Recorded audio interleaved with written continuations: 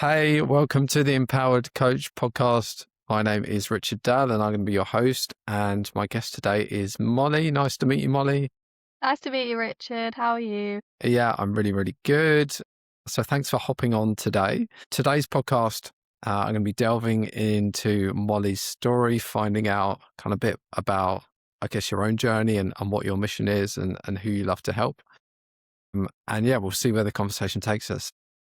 Would love to know a bit about like how long have you been coaching? How did you get into it? So, I've actually been training myself since I was around 15, and I actually started training because my ex-boyfriend at the time wanted me to look like his favorite supermodel. So, that's what got me into the gym.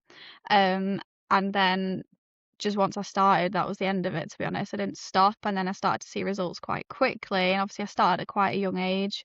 And anyway, he's gone. I guess I realized the body that I was then getting, he then wanted me to hide underneath the clothes I was wearing because it's for his eyes only, and it's just like not a nice place to be in. Because I've been training for such a young age before a lot of other women were, because that's the demographic I work with, they always kind of came to me for help. And I didn't start properly coaching until a couple of years ago because my family very much pushed the academic side of things. Like, you go to uni, you get a degree in something, you do like the career type job. So I actually have a master's degree in biology, and I first went and worked in immunochemistry. So I worked in a lab for 3 years in drug development. But I had considered being a PT in the past, but that's not the direction I was pushed in. However, the thing I always loved to do was train. And the thing I was always very good at doing was helping people to train, to do better, mindset shifting. It just came very, very naturally to me. So when I decided to then start coaching, that was kind of the end of it. It did take a while to kind of build up to it because of the direction I've previously been pushed in, family, like thinking about things like career progression, etc. However, I'm so much happier now than I was. And the reason why I really just love coaching and I started it is because I've always been good at a lot of things, but this is what I excel at. Very good at working with people, and when it's something you love and enjoy doing yourself and you've got a big connection to it from your past, you can understand where people are stuck in their journey and you've been there already, so you know how you need to help them. So it's kind of a bit of background. Yeah, nice. I'm going to go off on a tangent already here, but like it's so weird when you escape like the matrix of corporate life and having to have a job and like you say that career progression of like just getting a pay rise every few years and like putting money away to actually like having your own business and realizing actually there is no limit to what I can do with this. And I have the ability to generate my own money without having to rely on being part of this machine. Yeah. What's your what's your journey been with that? Well, like, so the thing is, I just get bored and I don't want to be in a job where I'm comfortable because I'm uncomfortable feeling comfortable. I feel like I'm wasting my own time and the amount I can achieve for myself. Like, and as you said, like career progression every few years, getting another pay rise, and then everyone in a corporate job that I've experienced and that I see people talking about all the time is just complaining all the time. It's just like I can deal with complaining, but it's when people complain and proceed to do nothing about it. That's what really frustrates me. But yeah, it's just the being in a job. I could be in a job where I'm like quite comfortable, happy-ish, but are you really happy when you're not really going anywhere? So like just being a bit on edge with what each month is going to give to me. Yeah, it can be a bit stressful, but it's exciting because you don't know what's around the corner. So Yeah. yeah. I think most people prefer to be in like pain, but have the comfort of knowing, of like this certainty rather than stepping into that uncertainty where like the sky's the limit, but also like, there's risk there too. Mhm. What's your journey been like with going online and like when you first started? Roadblocks did you come against? And yeah, how have you struggled? Did you find it easier? Has it been up and down? How has it been? It's definitely been a roller coaster. I'd say when I first started, coaching, I was actually on prep for my bodybuilding show, and I did kind of attract people a few quicker. Your first 4 or 5 people can be quite a challenge, but I actually got those fairly quickly because I do kind of stand out where I am. There aren't many competitors at all. Well, actually, I'm the only female really in this area. So I stood out there. So I attracted my first few fairly quickly, which gave me a lot of confidence. Luckily, I have very fortunate in the fact that my parents still let me live at home until I decided where else I want to go. So I had that security there of taking a leap more quickly. So I quit my job when I hit 12. My income was around 1700, so like nothing drastic, but that's fine when you're living at home. And then I got to 12 fairly quickly, and then I got to 20 within a few months, but then it's the oscillation between like mid 20s to back down to 20. That's kind of my sticking point. So I've been full time for like yeah, about a year-ish.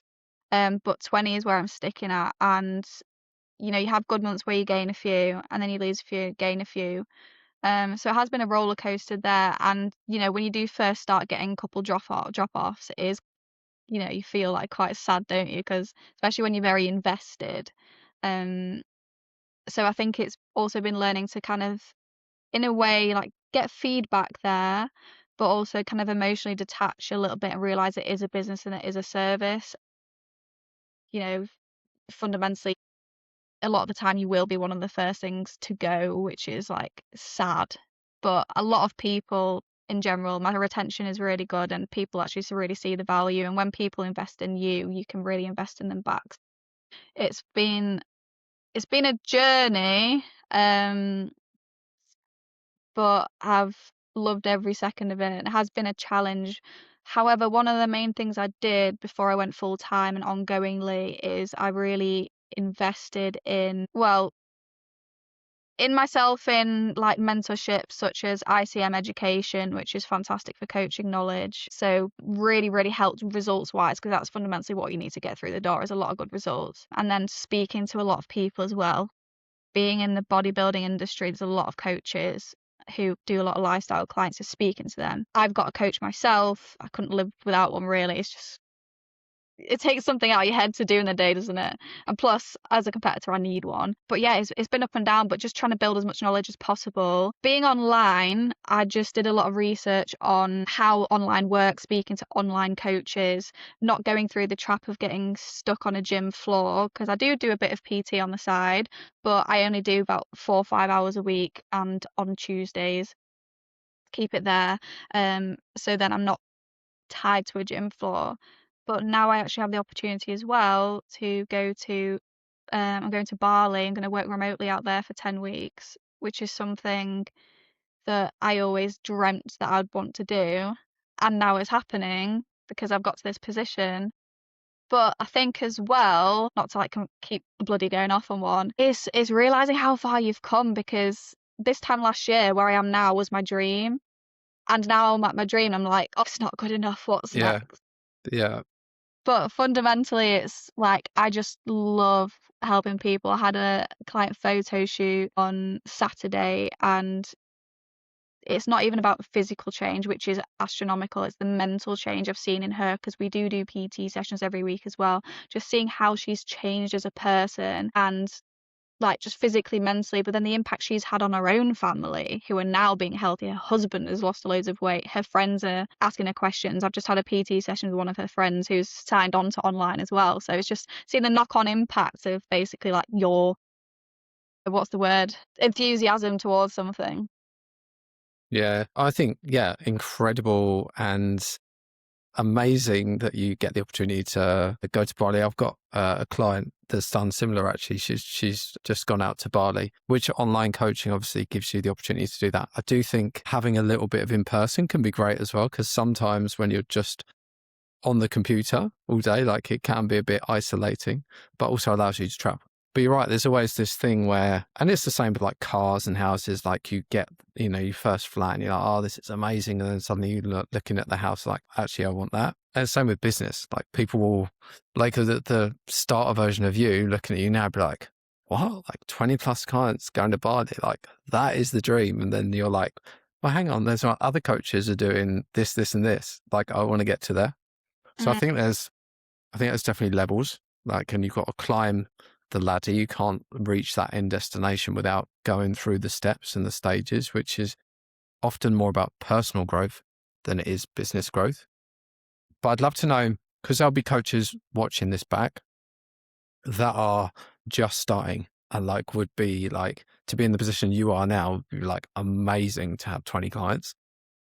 What would be your advice, or even like your advice to your former self when you were just starting out, of like what not to do or what to do sooner? I'd say my biggest piece of advice would be don't wait until everything is perfect, because nothing will be perfect. So just do the thing. For example, especially when it comes to content, it's very overwhelming. I still get very overwhelmed with exactly what to do or what to post, how to post. You see all these, do this, do that. It's quite a lot. Just start doing it and just post consistently, post things about you, post things specifically about the person you want to help. So nail down exactly what your niche is first. I did get told your best niche is you 5 years ago. So what are all the pain points of you 5 years ago? For example, with me, my kind of ideal client avatar is girls who already train, but basically they want to take the physique to the next level. And in general, it's going to be removing that extra bit of body fat, which mainly just comes down to nutrition, to look like that defined gym girl look, just being pointed in the right direction. So yeah, don't try and be perfect, because nothing will be perfect. This still isn't my side. I would say as well, speak to people. Don't be afraid to ask questions. A lot of people are just there to help. I mean, you do get some people who just, you get that in like every area of life, but just speak to people, ask questions. I would say you definitely need to try and prioritize getting results through the door, which I know is hard when you're just starting out, but starting out with, you do have to do some free or really inexpensive things to begin with, or share your own journey as well. Be in good shape. People want to look like you, basically, or they want to know that you practice what you preach. So set an example there. Definitely invest in your own education. Obviously you do need to save money, but also don't be afraid to reinvest it, especially in learning to get better results. Again, I'll say ICM education is insane, and it has a big module on online coaching and how to do it, what to look for, how to set up client timelines. Literally all your questions, they'll be answered. So I'd definitely do that. And anything else, what not to do? Comparison, I guess. Don't look at what everyone else is doing. Again, you know, a lot of coaches look great on the surface, and they are, but behind the scenes they're probably really stressed out. And they love to see this glamorous life. Like, yes, I'm going to Bali and I'm so happy for that, but I'm still a bit stressed about what the hell I'm doing behind the scenes. Like, I'm not doing enough of this, enough of that. So yeah, just a prioritize to-do list as well. I find it is very beneficial. Just write everything down. Like, there's this big process that I learned, and it's called a head start session, and it's really good for just clearing your mind and being focused. So at the end of each day, do a brain dump. In that brain dump, you write down absolutely everything in your head. Doesn't matter what it is. Can be work related, personal related, anything. Write it all down. Everything that you can't immediately fix, sorry, anything that's not within your control, cross it out. So waiting for the doctors to call back, cross it out. You can't control that. And then out of everything you've got there, pick 3 main priorities for the next day. That number 1 priority needs to be something that you do in your most important work block. I always do it first thing in the morning, soon as I wake up, because I'm fresh, I'm not thinking about anything else. I'm not going to push it off to the rest of the day. So that could be one main thing. So, and it needs to be on the business work as well. So let's say automation, for example. Number 1 priority could be setting up Calendly. So you automatically have people setting up booking links over you, just trying to manually book them in. When are you free? When are you free? Number 1 priority. And then you'll have the other 2 priorities, which could be like client check-ins, and then it could be watching an ICM video, for example. Then you take that number 1 priority and you just break it down into smaller steps. So make Calendly account, set up Calendly times for booking call links as per availability. So basically, when you get to that work block the next day, you can see exactly what needs to be done step by step with that number one priority. And just getting those 3 things done in the day, that's a successful day. So it just nails down exactly what you need to do. I know that's kind of a long-winded explanation, but it's quite revolutionary. Yeah, really, really valuable. I think, yeah, people just overthinking and procrastinating is like holds so many people back. So just Uh, having a process to be like, just start making some progress towards this thing is really mhm. valuable. You utilize these sort of tools in your coaching as well. Like, how do you bring all of your experience and like even like your degree and like stuff you're passionate about and love to coach into the whole experience for your clients? How do I bring it to them? So that Head Start session I was just telling you about, it doesn't apply to just business, it can apply to everyday life. So I have, told them about that. I also do monthly like educational presentations where I will make a presentation on a particular topic. For example, this month I've done a presentation. It is half an hour. Usually I do it about 10, 20 minutes, but everyone was really excited for it. Just on bulking, cutting, body recomposition, on what the different phases are, when they apply, a bit of the underlying science behind it. So that's where my degree comes in. Just basically educating them on what each phase means, especially working with women. Things like gaining phase, that is quite a scary concept. Well, I'm going to get fat, but actually teaching you about no, you're not going to get fat. This is why. And then also educating them on why you can't stay in a deficit forever because you're not going to grow any muscle and your energy is going to tank, etc. And like a big common issue is people try and gain muscle and lose fat at the same time, which obviously in some situations you can, but in general, especially when working with clients, they want a fast result, and with a body recomp it takes a long time.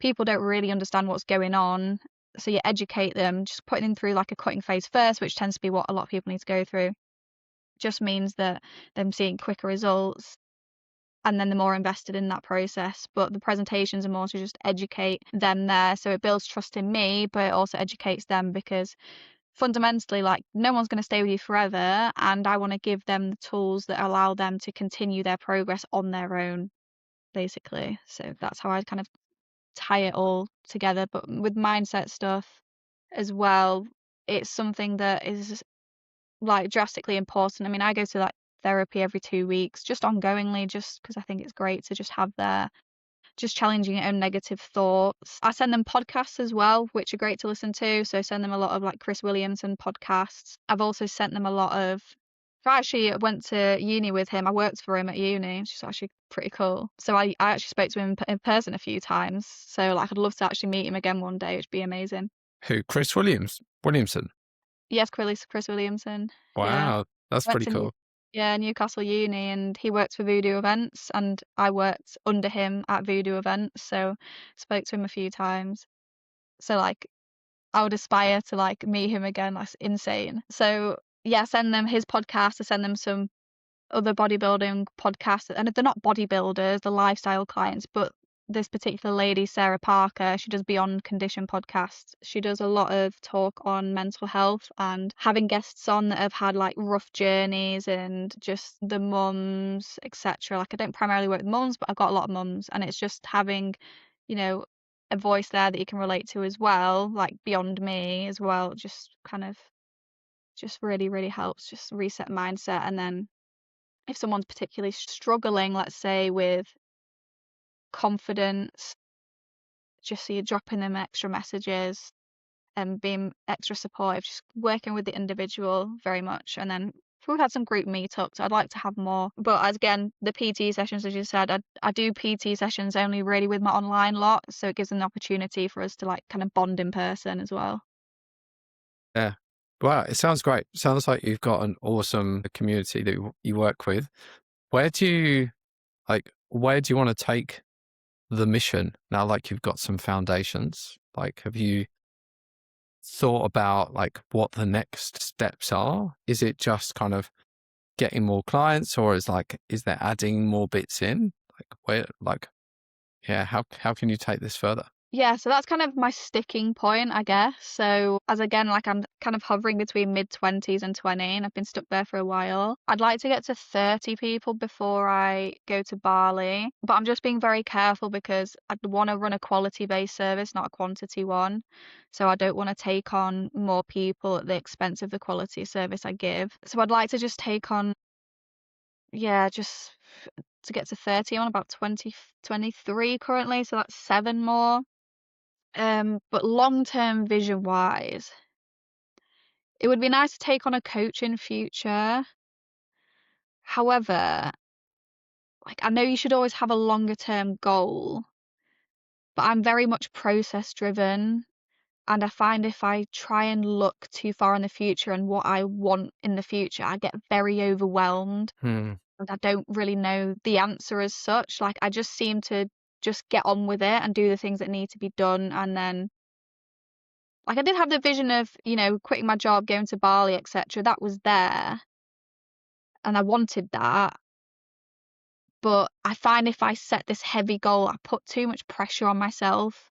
And I know it's a good thing that lots of people say you should do and etc. But I find that just focusing on the process and not the outcome, it actually gets me to where I need to be. Does that make sense? Yeah, it does. There's a great book, I'm not sure if you've read it, called The Four Disciplines of Execution, which is all about this. Like your goals or like your daily tasks should just be focusing on the inputs. Like don't focus on clients or sales or like the what comes from the bits that you're doing. Just focus on the processes and the rest will come. But yeah, I Yeah. definitely God, sorry, what were you saying? no, I hear you with saying sometimes it's like you can't map out where things are going to go. Like you're enjoying the moment. You feel like you've got a great thing going, and it can like be difficult to think about how can I make this better or bigger. Um, yeah, so sometimes you just kind of got to like follow this road, even though you're not quite sure where it's going to lead to, but other opportunities and different things like appear as you go and you connect and meet other coaches that are doing similar things. I'm sure your experience in Bali as well, being in your environment will like open your imagination up to what else, you know? Yeah, because there's a lot of coaches in Bali. There's a lot of bodybuilders in Bali. It's a different environment. Here is quite lonely because there's not really any coaches and not really any bodybuilders. So being in an environment where they're all there thriving, I just hope to take a lot of inspiration from that, meet a lot of new people, have a lot of new conversations and new ideas. That is what I'm excited for. Because when it comes back to like goal setting for the future, like you can like goal map, oh, I want to be at this point in 90 days. So I'm going to break down what I need to do every week and then every day and then every 30 minutes, etc. And then I'm just like, what the hell? It's just too much. So I'd rather just see what happens and just focus on doing the things I enjoy. Does that make sense? Yeah, it does. If someone's watching this back and they want to connect with you, where's the best place to find you? So on Instagram, I'm at Bowlas Fit Life. That's the main platform I use to be honest. So on Instagram, so it's Bowlas and then Fits Life, all one word, and that's on Instagram. Yeah, amazing. Thanks so much for coming on and sharing your journey. I'm sure this is going to help both coaches that are looking to grow, but also people that are struggling with confidence or maybe need like some support with their training too. So yeah, go check Molly's page out and yeah, good luck and enjoy Bali. Thank you, Richard. Thank you so much for having me.